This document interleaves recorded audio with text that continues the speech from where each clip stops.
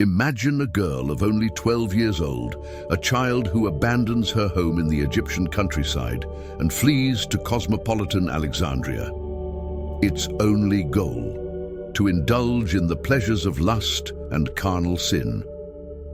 This is Mary, known as the Nymphomaniac of Egypt, and this is her intriguing and controversial story. Mary was born around 344 AD into a Christian family in Egypt. The town where she grew up, a small village on the banks of the Nile, was surrounded by golden wheat fields and palm trees that bent to the hot desert wind.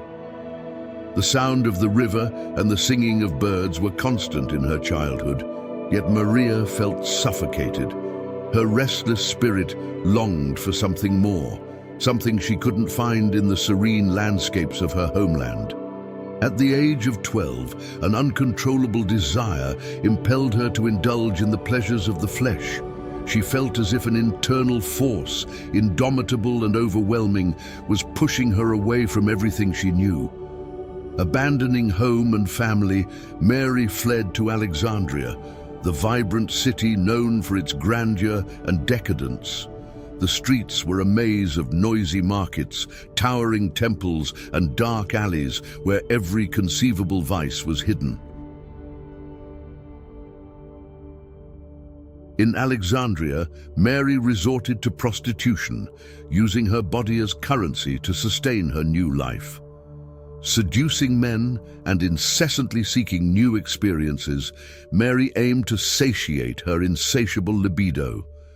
While some accounts describe her simply as a prostitute, tradition holds that she engaged in prostitution only as a means of support, with the goal of raising funds for a very special journey, the pilgrimage to Jerusalem to witness the feast of the exaltation of the cross.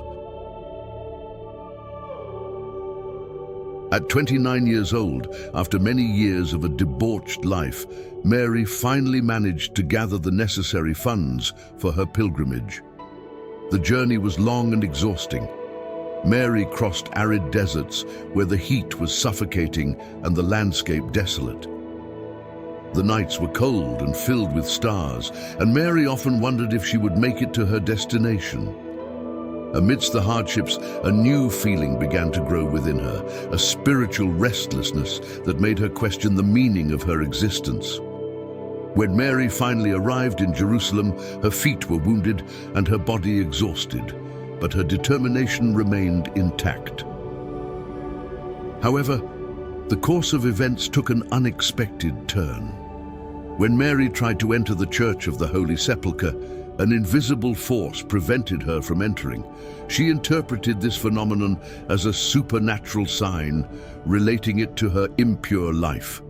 Humiliated and overwhelmed with repentance, Mary realized that her sins were preventing her from entering the Holy House. Desperate and in tears, Mary went to the church courtyard, and there, in front of an icon of the Virgin Mary, she prayed fervently. She begged for forgiveness for her sins and promised to change her life.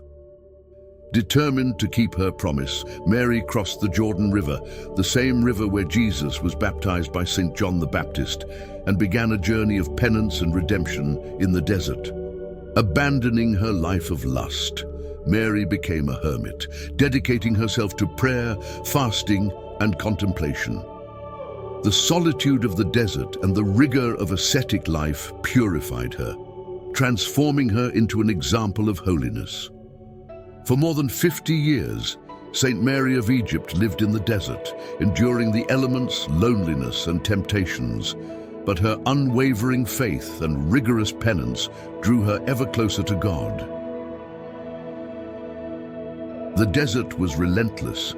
The scorching sun burned her skin, the wind kicked up clouds of dust that blinded her eyes, and the lack of water and food made each day a struggle for survival. However, Mary found in the austerity of the desert a refuge for her tormented soul. During these years, Mary faced numerous temptations.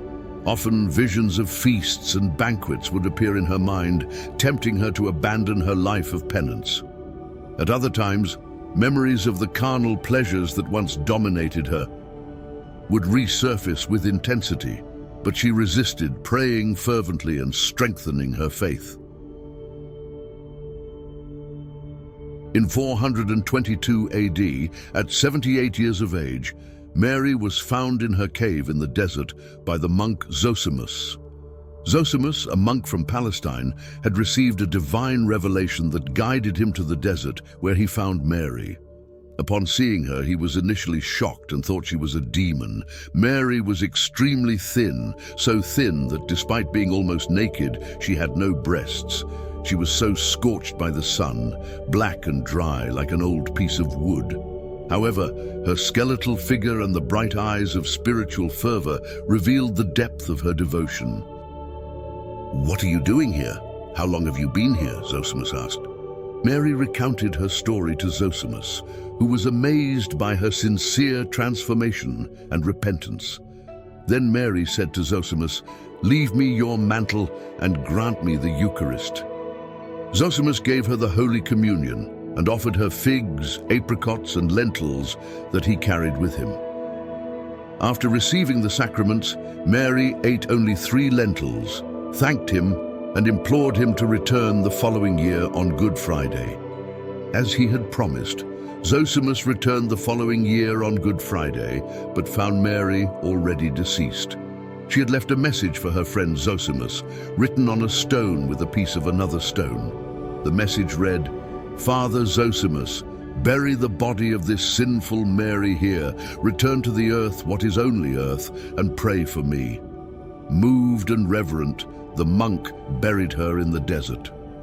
Upon returning to his monastery, he wrote her story, which became a classic of spiritual literature. After her death, Mary's fame for sanctity spread quickly. Monks and pilgrims who visited her cave in the desert reported mystical experiences and miracles attributed to her intercession. Her life and rigorous penance became an example of repentance and redemption for all Christians.